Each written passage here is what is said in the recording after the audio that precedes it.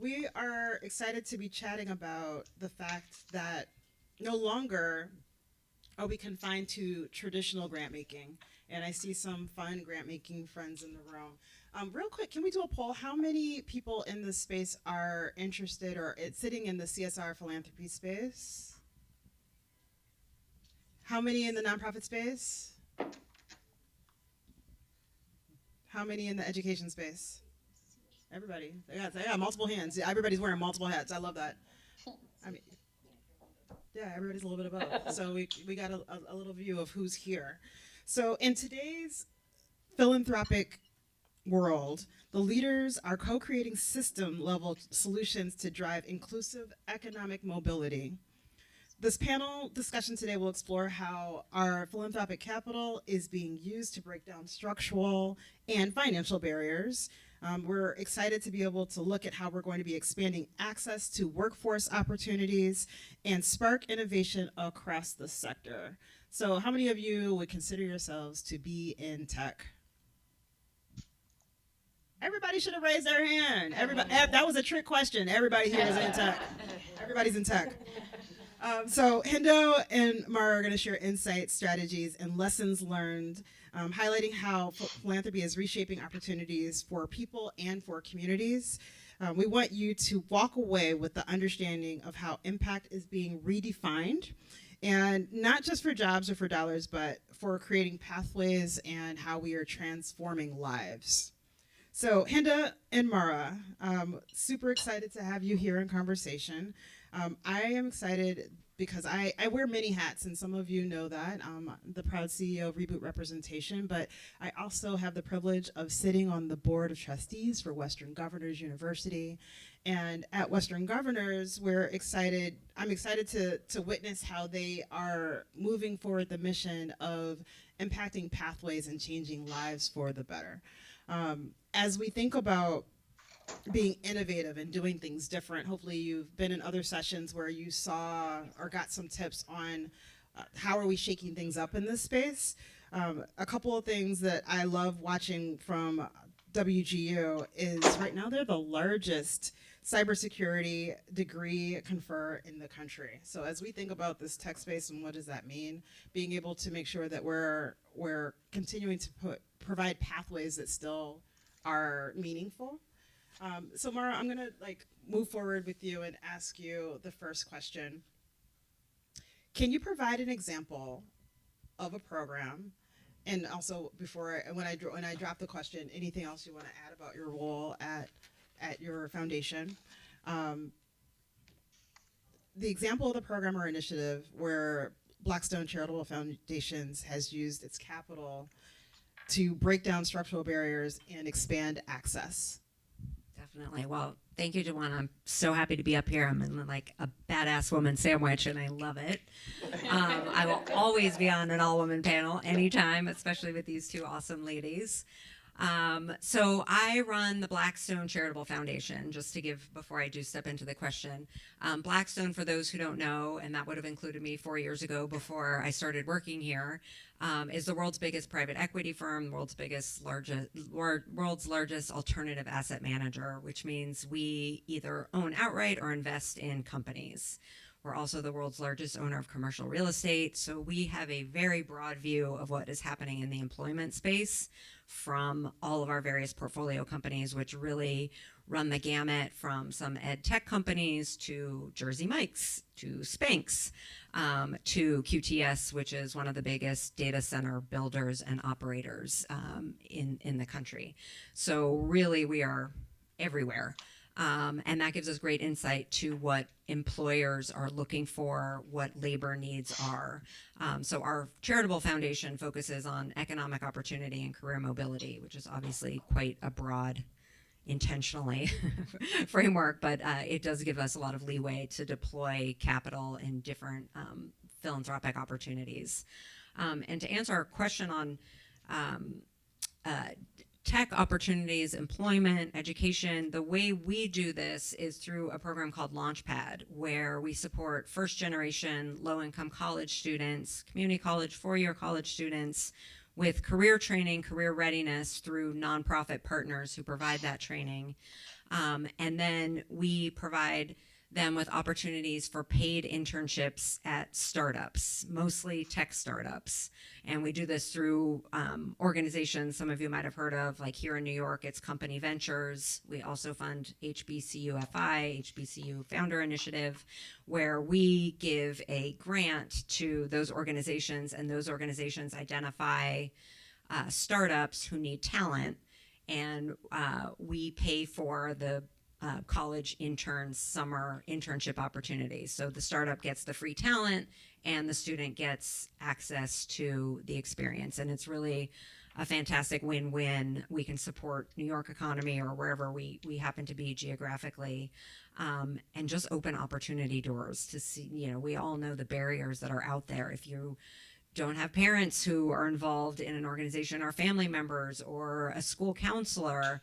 And our goal is to really broaden the aperture and provide more opportunities for either non-traditional talent, or not the easy talent that shows right up at your door, but a talent who might be unexpected, but is going to provide an incredible perspective that you wouldn't have otherwise have. So that's really our main program in this area.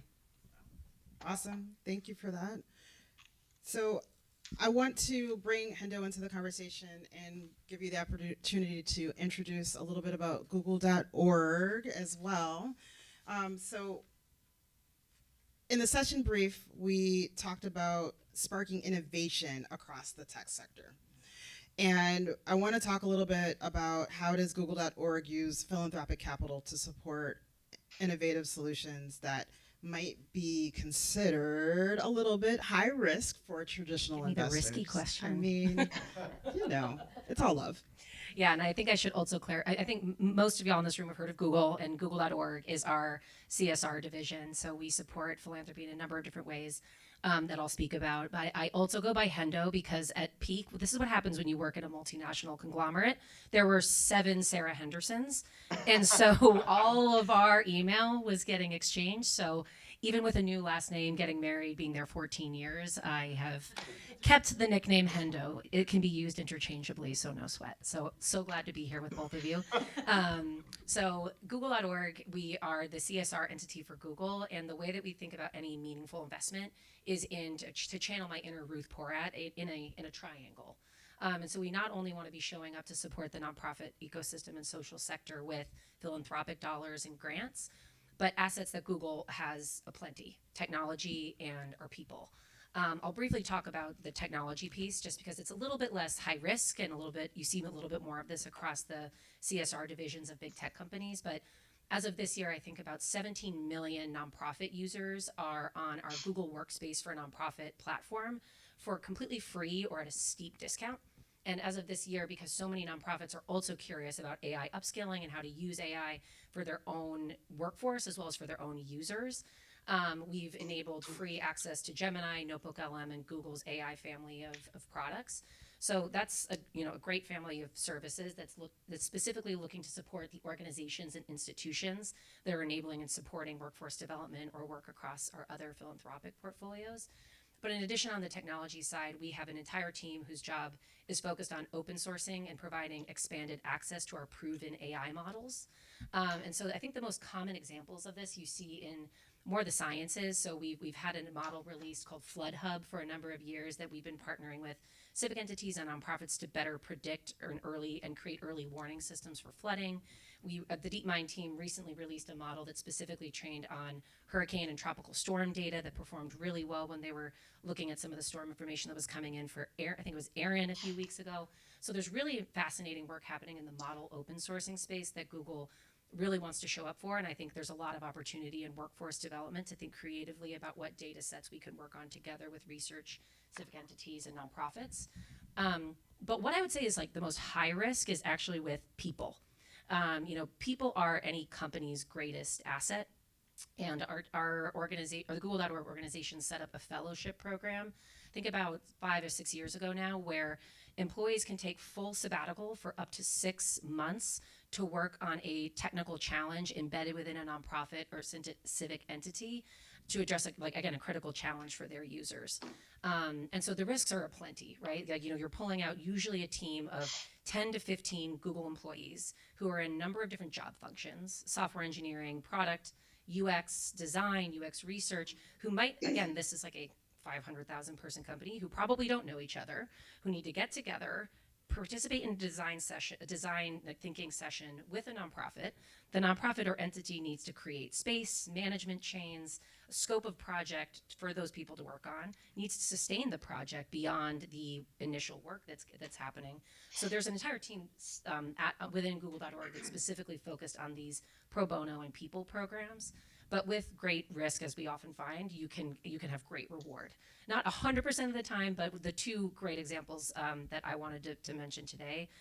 Obviously, during COVID, which has been lingering in a number of the philanthropic conversations, particularly about ed over the last few sessions, we deployed a team of about 15 Googlers to support an emergency cash assistance tool for the National Domestic Workers Alliance that transferred millions, that within 2 months stood up the platform and was able to disperse millions of dollars to folks who otherwise might have been waiting months and months for this work.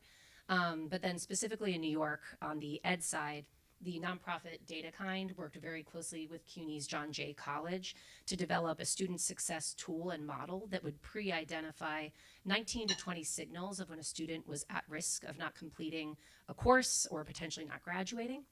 And the fellows team worked with DataKind and John Jay to actually create a productized version of that tool that's now being used at 50 institutions across the country called Advise. So there's a lot of really great examples of how embedding and also risking losing your employees for 6 months can really pay off for the social sector. And I'll just jump in as an indirect beneficiary. We started funding our nonprofit organizations who work in education with mostly college students, and we wanted to support them in developing curriculum to support their students around AI. And all the local nonprofits, even national nonprofits, they want to be able to provide their learners with AI training. And they started to develop it themselves, which was clearly not the most efficient or best way of delivering curriculum. So the fact that Google, best in class, developed this amazing curriculum, then open sourced it, or in certain cases didn't open source it, but made great partnerships with nonprofits to give them the content for free, saved an enormous amount for the nonprofits, and really upped the game for what they were able to provide to their learners. And the fact that Google is constantly thinking about what's our highest and best use and how do we spread this out just saves nonprofits so much time and effort, and ultimately the students really benefit. So it's been great. We've used it for Launchpad, not that we're a struggling nonprofit, but a number of our grantees have also used it, which has been really fantastic. So, Hendo, thank you for being brave in answering the risk question. I love how, I'm going to put air quotes around love, how leveraging humans and talent is the risky aspect of that, but that's really where we've been for a while. It's very, not just Google, but I think that's, very indicative of the environment. And then also thank you, Mara, for sharing the example of we don't have to reinvent the wheel. We can leverage things that are already out there. And so for you all to say, Google's already done this and has done it well, so how do we now build upon that for the programs that we're leading? I think that was a great example. So let me change to systems level change, another hot topic. So in the description, we talked about systems level solutions. So let's be a little bit more specific. What is the single most significant structural barrier to tech talent transformation that your organizations are currently working to tackle? And then if you want to talk about what success looks like, I would love to hear it. I think for us, because we're such a large indirect employer and we work with so many of our companies, the biggest thing is talent access and talent readiness, and have been very intentional about working with our companies to think broader, broaden the pipeline, and that can be hard depending particularly on the size of the company. So for Blackstone, both the charitable foundation, but also a program we run called Career Pathways, which is all about supporting the CHROs, the human resources departments at our companies to think about their hiring practices. Do you need a 4-year degree? What kind of culture are you creating? Kind of all the basics that we think about, but can be harder for especially a mid-sized company to adopt. But I think that is a huge systemic challenge. Like, not only how do companies think beyond their normal comfort zone, but then how do you make sure that talent who is beyond that normal comfort zone is ready to step in? And that is the Google training that's available. It's a lot of nonprofit support. It's also partnering with some certain colleges and universities or training programs, apprenticeship programs, but really just the talent recruitment, retention, and thinking broader, more creatively, and putting in a little extra effort to get so much more in return, we find is just very basic but very hard to do. And focusing on how to get companies to really move beyond to do that is very challenging. And the measurement is, if companies are taking away the 4-year degree requirement, then it's how many people did we hire without the 4-year degree? How did that turn out? And just the tracking of that is the measurement skill. Yeah, it's optically one thing to get rid of the requirement on the job requisition. It's another thing on the back end to really think differently about how you're assessing a candidate and bringing candidates in the door. Totally agree. Well, on my side of the house. You have something over there. Yeah, I was like building on that, but also like the portfolio that I sit within in Google.org is called Knowledge, Skills, and Learning, which is a mouthful, but it is specifically bringing together our legacy education and economic opportunity portfolios under one umbrella. And I think in one of the earlier philanthropy sessions, we talk a little bit about like over segmentation of like K-5, middle school, high school, like post-secondary workforce. And so we actually reorganized our entire knowledge, skills, and learning function to really think critically about the entire pathway, both from the learner, educator, like systems journey. And something, the part of the organization that I sit on, I really think that one of the largest systemic opportunities and challenges of our day is how to meaningfully, effectively, and deeply support our educators. And whether that's in K-12, whether that's a K-12 teacher, a higher ed faculty member, a staff member that might be at Perscolis, like running a training program, like these somebody facilitating a community of practice for an asynchronous course. Educators really hold the key to being able to inspire students and then help them figure out what comes next in their potential career planning journey. But as was referenced in the ETS and Heckinger session earlier, like we're in a global educator crisis, but in the U.S. specifically, I think it's 1 in 8 as of June 2025. Teaching roles are either unfilled or filled by a teacher who's not certified, fully certified for that position. So it's a very challenging environment where teachers are burnt out. They're expected to know a lot, but there's also this deep driving passion to be able to support their students effectively. And so we don't have necessarily a silver bullet project or solution, but a few examples of projects and efforts that we funded that I think are starting to get at the systems change we want to see in the educator space. One is actually another, so I sit in our New York office and I used to manage our New York portfolio. And one of the amazing projects I continue to follow is called the CUNY Computing Integrated Teacher Education Project, which sounds like it might be a little computer science focused, but it's actually far broader. They're they're working with faculty across all CUNY's 15 colleges of education to embed critical computational thinking and digital literacy training and lessons into the colleges of ed's core, scope and sequence and coursework, so that any teacher or teacher candidate who graduates from the CUNY College of Education is graduating ready to be in a classroom and introduce critical concepts around digital technology and computational thinking, which a number of the funders who I know here today, we think that computational thinking is really a foundational literacy that we should be investing in. And for those who don't know, the CUNY system has a pretty symbiotic relationship with New York City Public Schools. They graduate a third of New York City Public Schools new teachers every year. So if you're investing in creating a prepped and equipped cohort of new teachers every year to graduate into New York City Public Schools, that delta of going from never using technology to having even some level of familiarity is huge in terms of making a teacher feel more confident and capable in their classrooms. That's on the K-12 and pre-service side, but another project that we recently funded on the higher ed side is we work with an organization called the National Association of Higher Education Systems, NASH. They are a massive member network, and we've recently funded them to support communities of practice for faculty specifically to think critically about how to embed AI within their co-curricular courses, their core course design, like non-academic courses.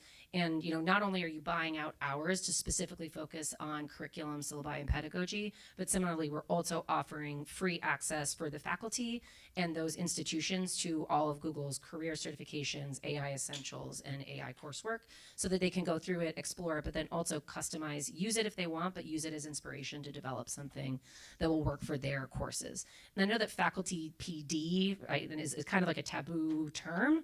But I think a lot of institutions with the right support, like there's a lot that they can do to really change the way that the classroom is being managed. So we're really excited about that one.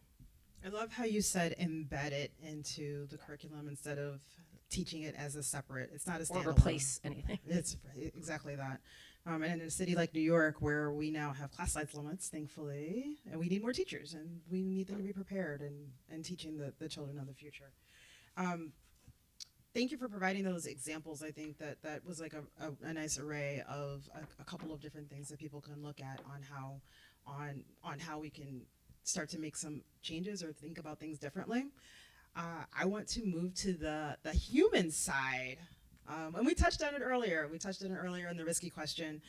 So when we talk about creating pathways for transforming lives and thinking about actual lives and the people that we are all trying to impact, while data on jobs and dollars is crucial, we know that. What is one non-quantifiable story or outcome that you are willing to share that will illustrate the idea of a transformed life? And what lessons can the audience take away from the power of this kind of work? I mean, there's so many, which is so amazing and rewarding. But for the internship that we run, we work very closely with CUNY, right? Our headquarters are here in New York City. CUNY has 200,000 students, 85% at or under the poverty level. Like, these are the students that we want to give a leg up to, provide extra support, and to reach those students, provide them with some extra skills training, even as basic as like, what do I wear when I show up at a startup or at a place like Blackstone? How do I behave? What do I do? So that they can step into those opportunities kind of from day one, ready and able to succeed. Their eyes just open up completely. These aren't worlds that they grew up in. These aren't things that their family members, community members were necessarily had access to, particularly the first generation students. And to see just doors open, it just happens to almost every student in different ways. We had one student on a panel that we invited to with a group of different corporate representatives, and somebody was so impressed. I think it was from NBC or some big company that I might be getting that wrong. So impressed with her, reached out to her, encouraged her to apply for a role. She applied for the role, she got the role. Kind of a basic story for many of us in the room and our family members, but that doesn't happen where she grew up, and to be able to walk into a big corporate environment because somebody gave her a chance, and now she's really thriving is incredible. And it doesn't take much. It's opportunity. It's the old talent is universal, but opportunity isn't. And when you can hit the right path and make sure that students are set up for success, you don't want to just plop somebody in and be like, well, what do you mean you didn't know how to navigate that situation? It really, very little can make such a huge difference. I mean, I think of the statistics that students who graduate with a paid internship on their resume are twice as likely as their peers who didn't, and those jobs are higher paid. Like, so many of us took internships for granted, and that's a huge advantage that you're kind of born into in many cases. So I think the stories that we hear from the students are really amazing, and also their employers. On the tech startup side, we're like, thank God we had this person, because we barely have enough employees to get through the day, and like we had some awesome free labor, and as soon as we're able to, we want to hire that person. So we do have a lot of those stories, which is very rewarding. I'm glad you asked that, because numbers are one thing, but the stories really bring it to life. I'm gonna call her Catherine to maintain her privacy, and you'll understand why later. Not much later. This isn't that long. So Catherine, I met her for the first time when she was graduating from high school, She had a very challenging 4 years of high school, moved between a lot of families, and when we met, they were living out of their car, just like didn't want to be with their previous family.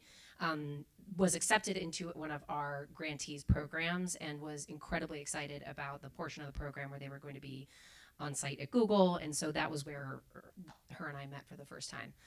And when they came on site, it's a very project-based approach, and there's a lot of trust in the learner to really guide themselves and raise their own hand if they're in their like safe kind of like sweet spot and then extreme learning zones.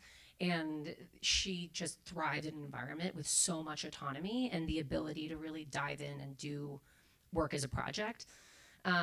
She was unsure about whether or not she wanted to actually go to college, just because she ended up getting into a liberal arts college that didn't quite have the degree set that she wanted.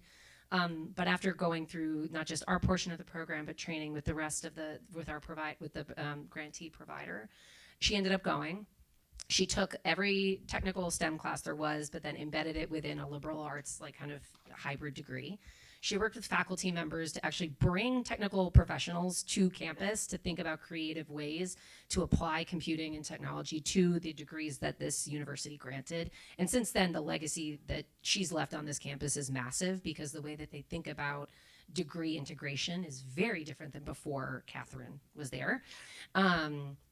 Had just hustled every single conference, met so many people, graduated, and at one point she called me for advice on something. She was like, well, I'm going in for a top secret clearance interview. And she ended up doing some work that, like, I think it's James Bond level. Like, if I had to tell you all, like, or she had to tell me, she would have had to kill me.